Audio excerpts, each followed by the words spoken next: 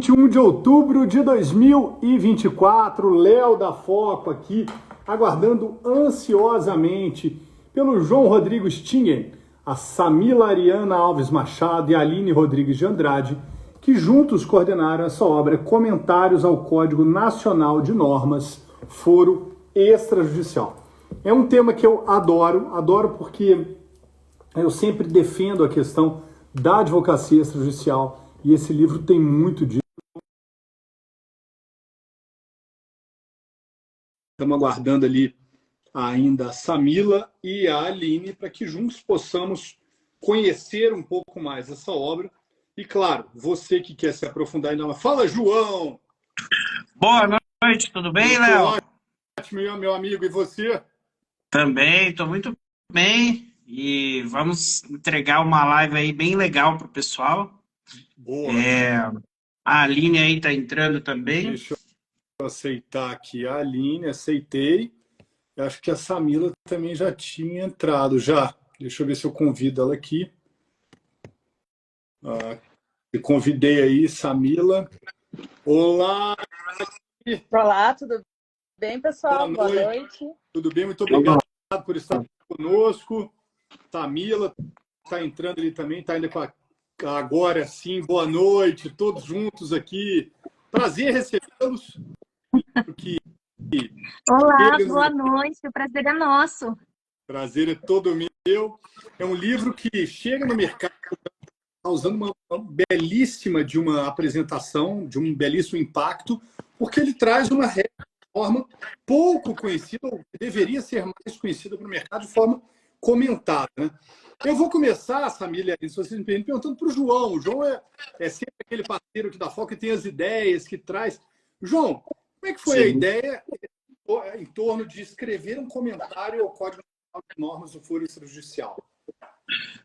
Então, na verdade, a ideia inicial foi dos três, né? A gente conversou, os três coordenadores que estão aqui, né? A gente conversou sobre continuar esse comentário. Por que eu digo continuar, né? Porque a gente já tinha feito assim, sem publicação por editora nem nada, mas através dos nossos estudos, a gente já tinha estudado bem o antigo provimento 88, né, do combate à lavagem de dinheiro. Inclusive, a Aline foi uma das autoras de um livro que a gente escreveu, comentando, não só comentando, mas aí explicando como implementar aquele provimento. Depois, quando saiu o provimento 134 sobre a LGPD, que a gente trabalha com isso, né?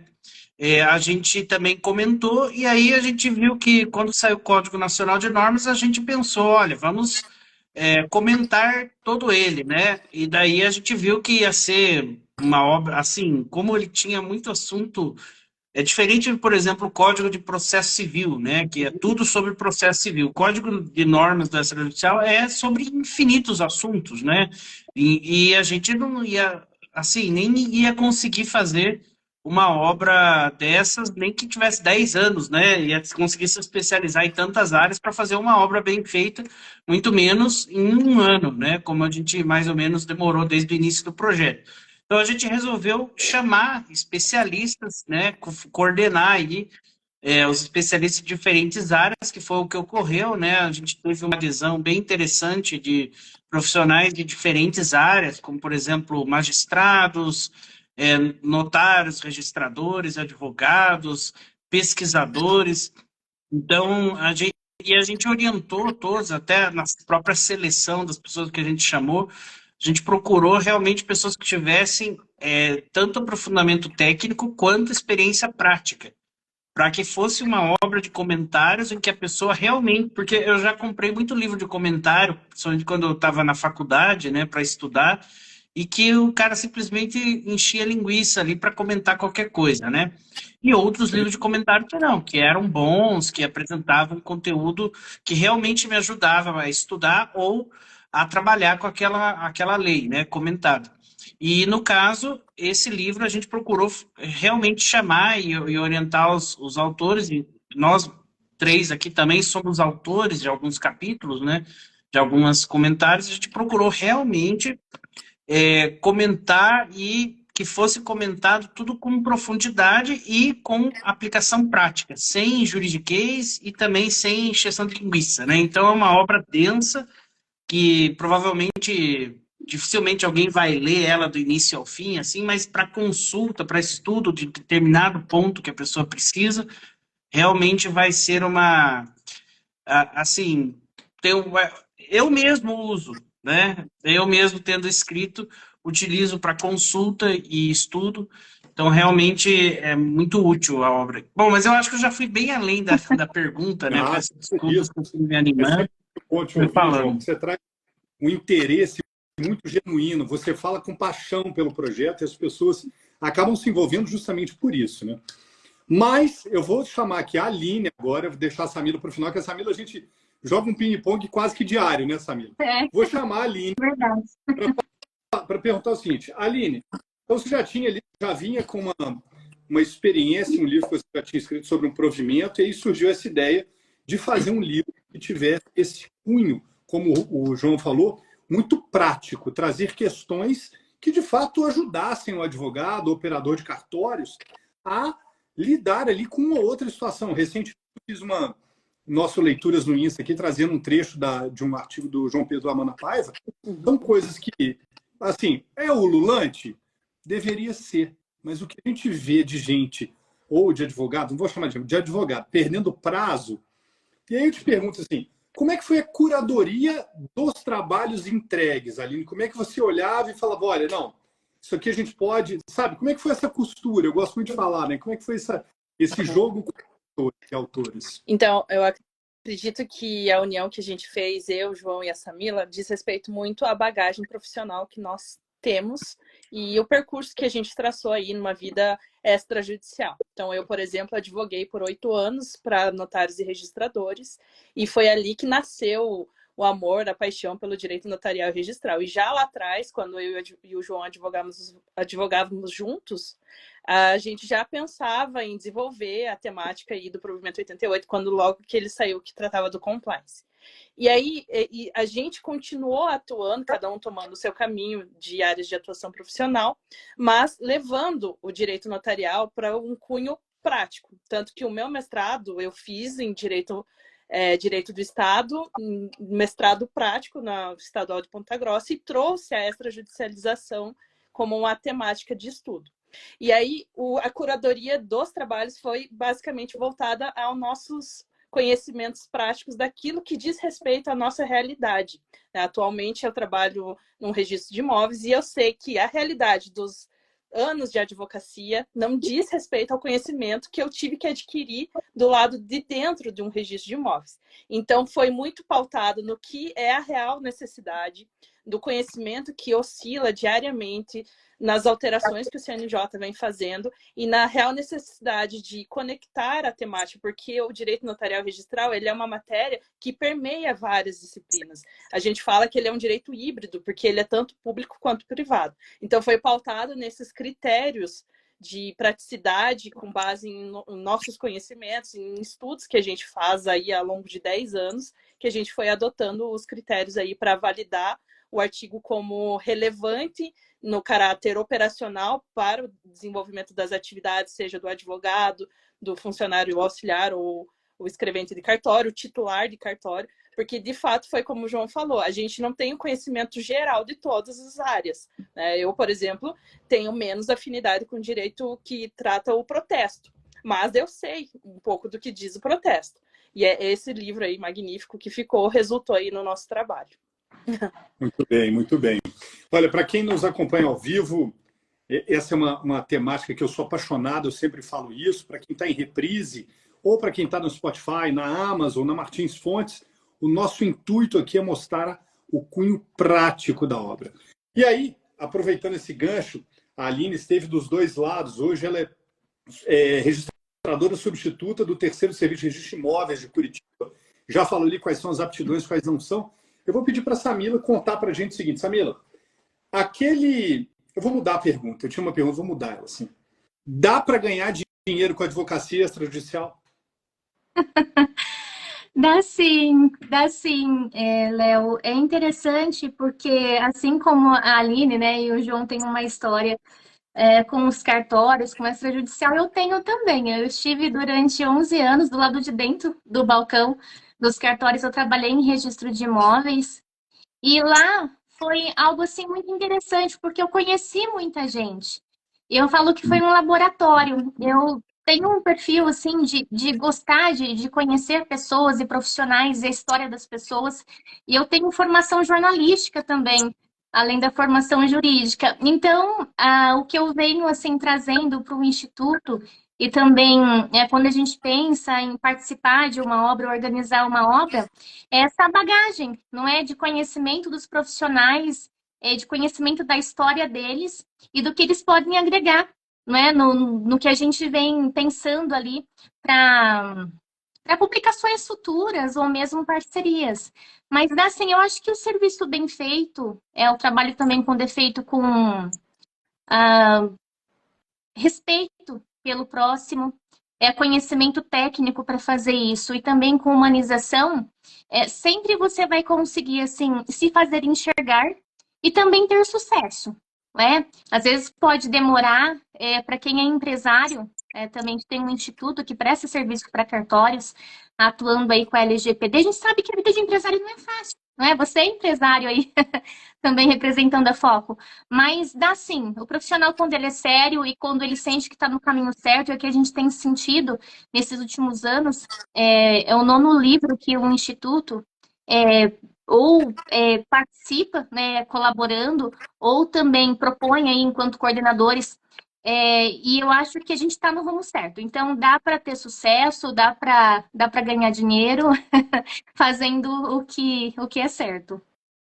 É uma pergunta bruta, né? Mas muitas vezes quem está do outro lado fica com essa dúvida assim, mas como é que eu ganho dinheiro com a advocacia extrajudicial? É uma dúvida assim de quem não conhece, por exemplo, todas as mudanças que foram instituídas a partir de alguns provimentos do CNJ, alguns posicionamentos, como os cartórios ganharam expressividade para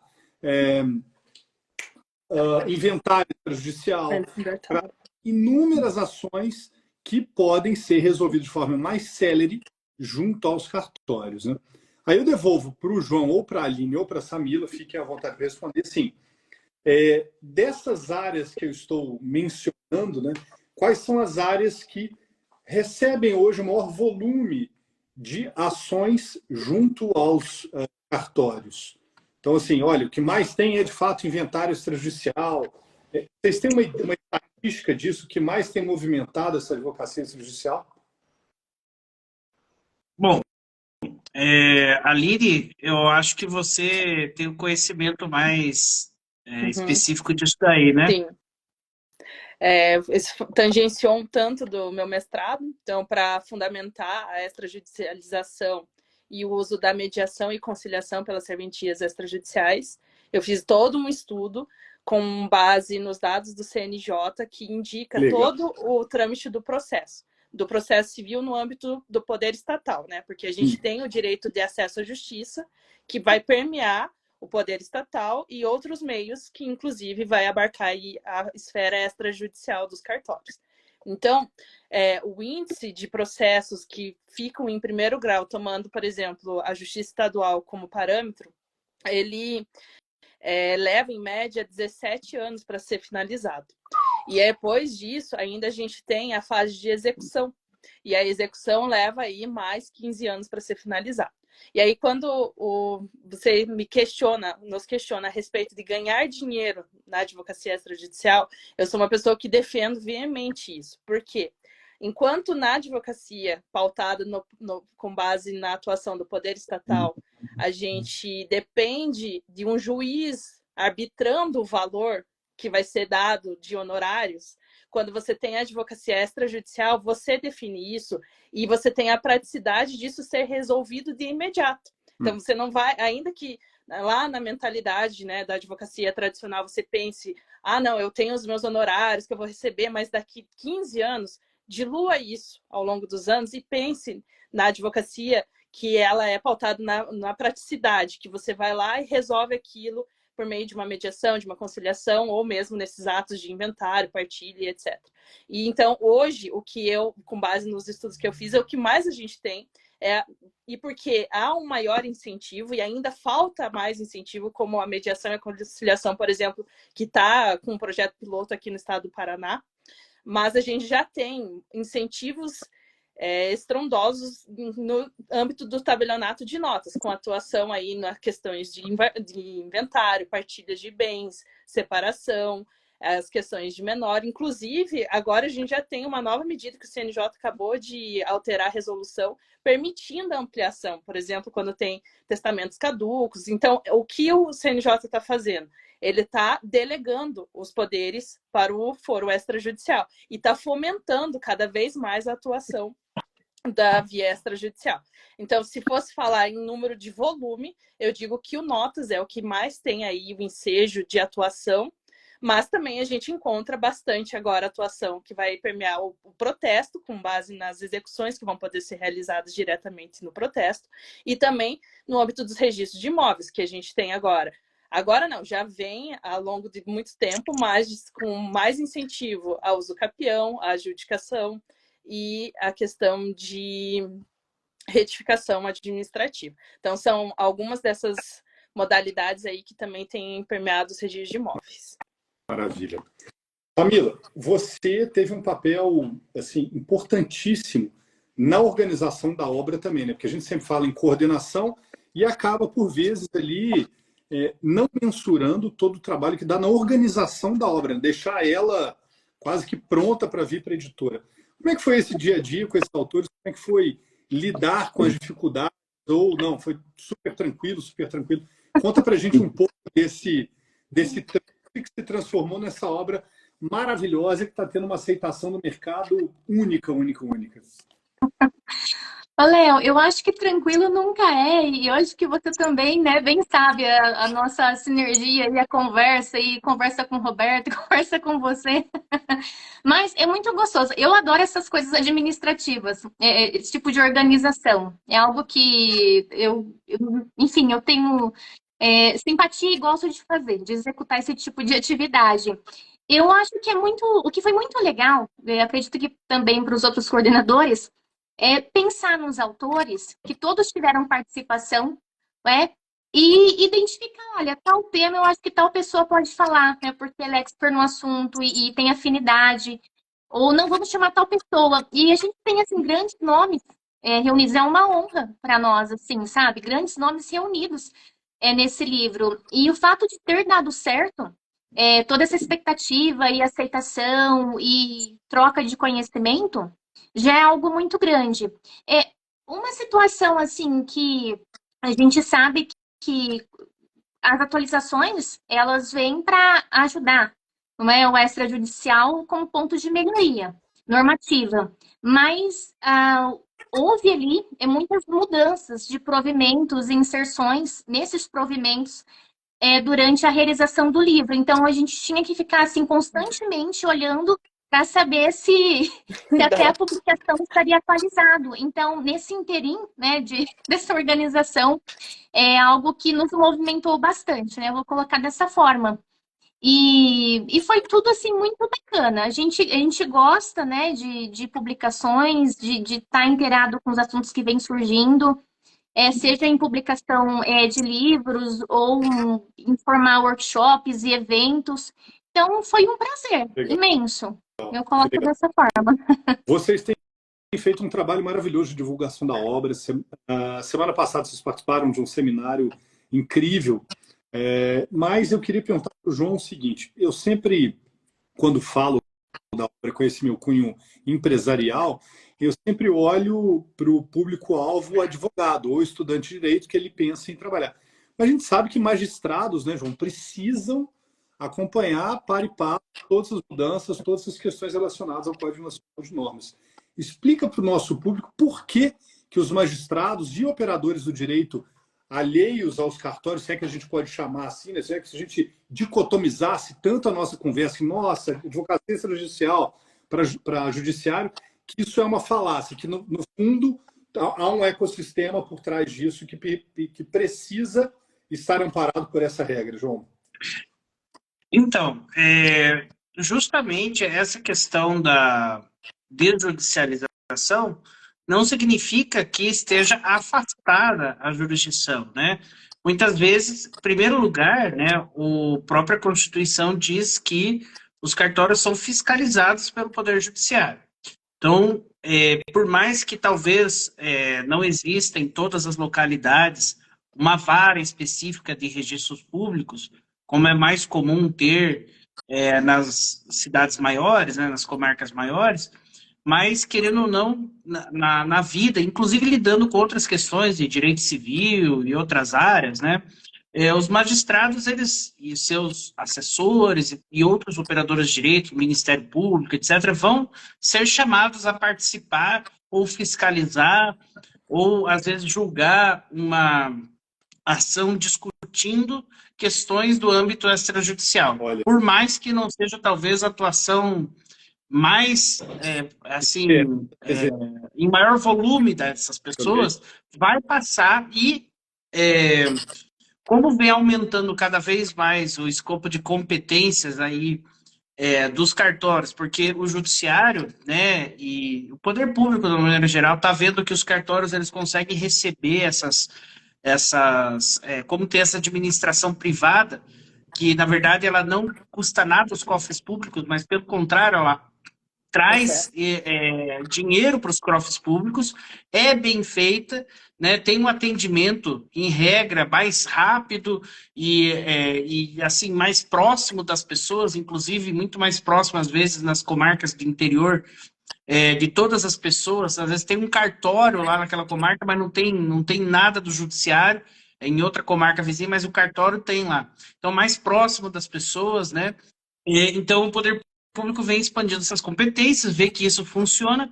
Então, é natural, né, que vai ter cada vez mais, assim, uma atuação do extrajudicial que vai ter um ou outro aspecto, por mais que desafogue o judiciário, mas vai ter, por exemplo, uma discussão sobre algum ato específico, vai ter a fiscalização desses cartórios, né, vai ter, por exemplo, julgar alguma coisa que foi abordada no extrajudicial, mas que foi feito um questionamento de algum aspecto.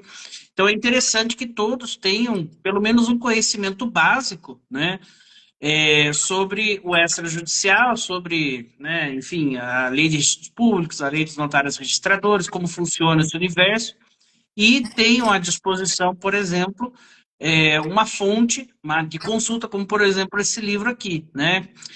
Para que daí possam aplicar o direito, né, nos casos que forem questionados sobre isso. maravilha. E agora, uma pergunta aberta de novo para vocês. Dentro desse escopo que a gente está falando, dentro desse interesse que a gente consegue destacar para o nosso público, há algo que eu não tenho percebido aqui, que falei, você está deixando de falar desse aspecto aqui, que é talvez a cerne dos debates, das discussões, e que o livro traz, está atualizadíssimo. Eles falaram que estavam...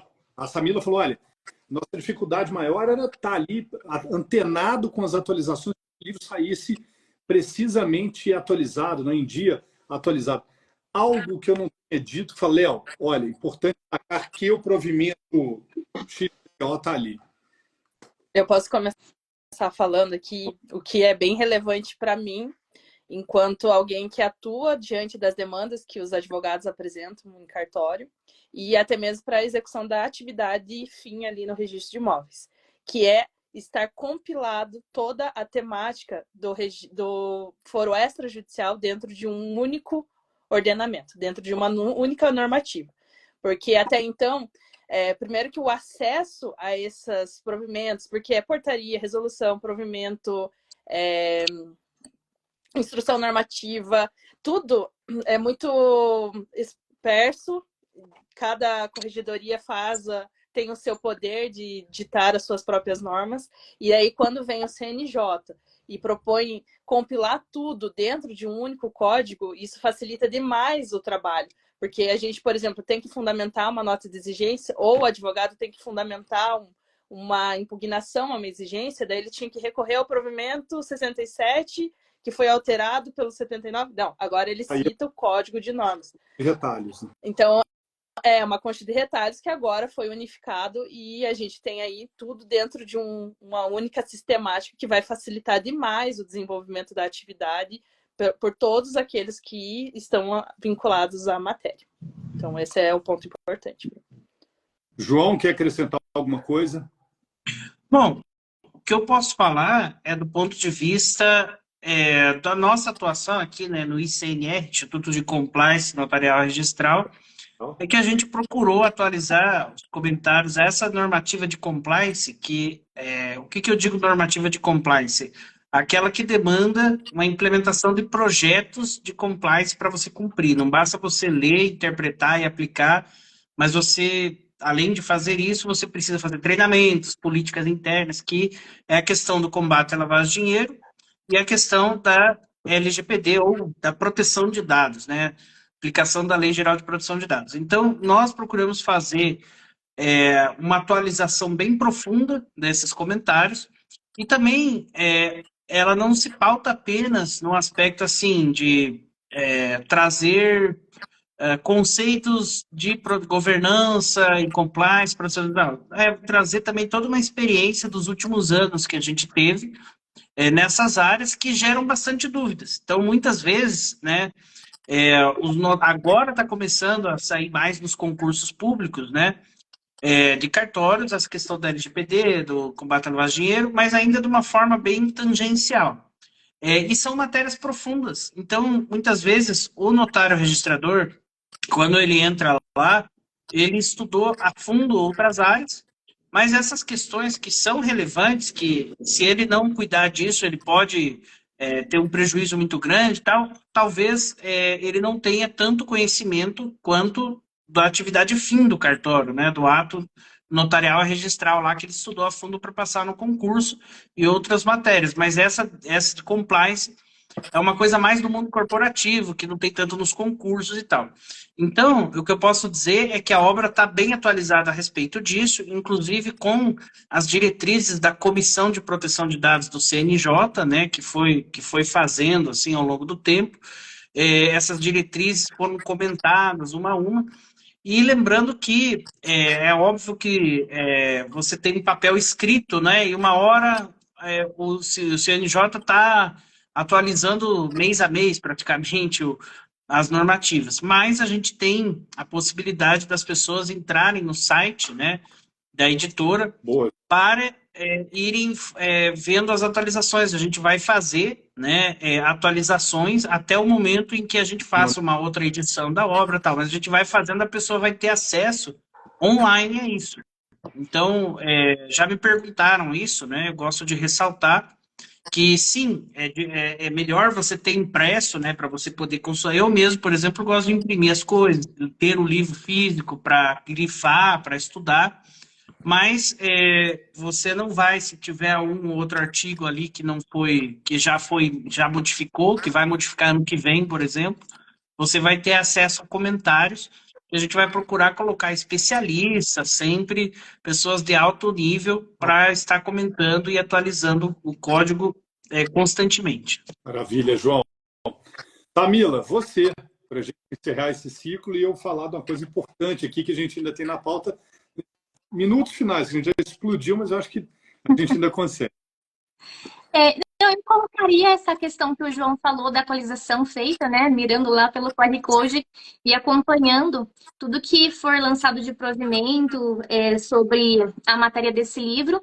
E algo que eu achei muito legal é que atende... Qual que foi a nossa ideia ao lançar esse projeto? Algo que atenda de forma didática e compreensível a todo tipo de público do extrajudicial. Então, seja ali quem começou a fazer estágio agora no cartório, seja um escrevente, um auxiliar, é um magistrado que faz a correição, é o titular do próprio cartório.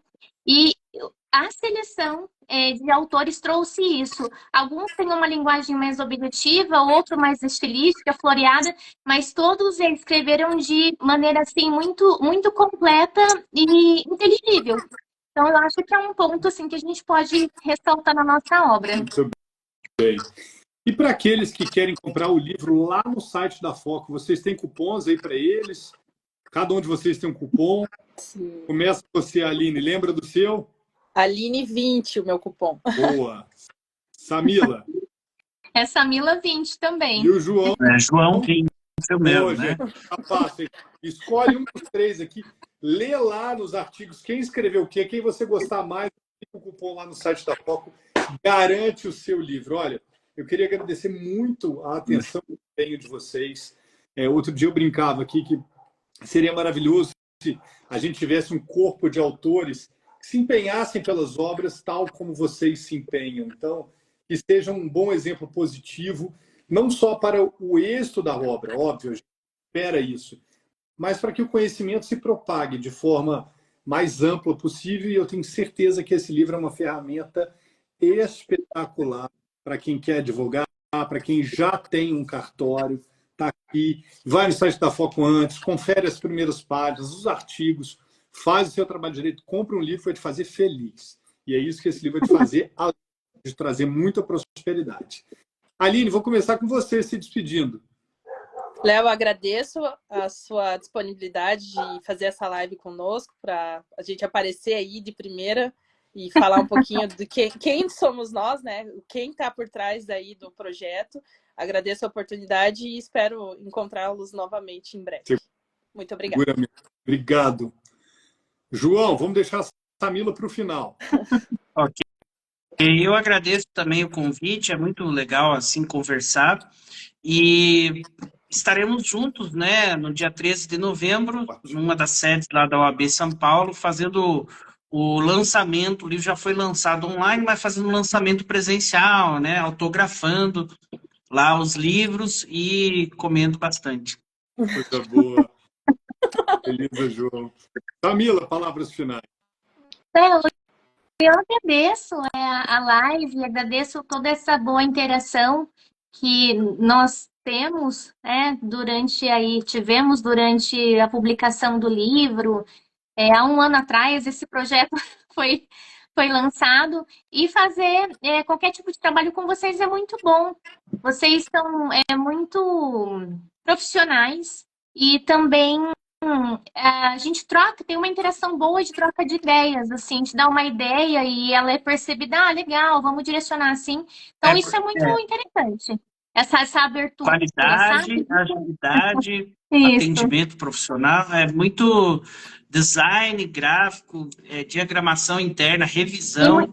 E isso a gente também. A gente tem experiência com editoras e a gente sabe que a Foco tem um diferencial muito grande. Isso não é puxação de saco. Já publicamos o livro. Podia não falar nada. Falei porque é de coração. Na verdade, a gente teve outro do compliance também, Cartórios Compliance e Transformação Digital. O segundo e contando, né? Olha, graças a Deus, hein? E que contem muitos ainda. João, Aline, Camila, eu agradeço demais a presença de vocês aqui, a todos que nos acompanharam ao vivo, ou em reprise, Spotify, onde quer que seja. Nosso interesse é levar conhecimento para que vocês prosperem. Então, fiquem todos com Deus, com saúde, e até o nosso próximo encontro. Obrigado. Tchau. Obrigada. Obrigada.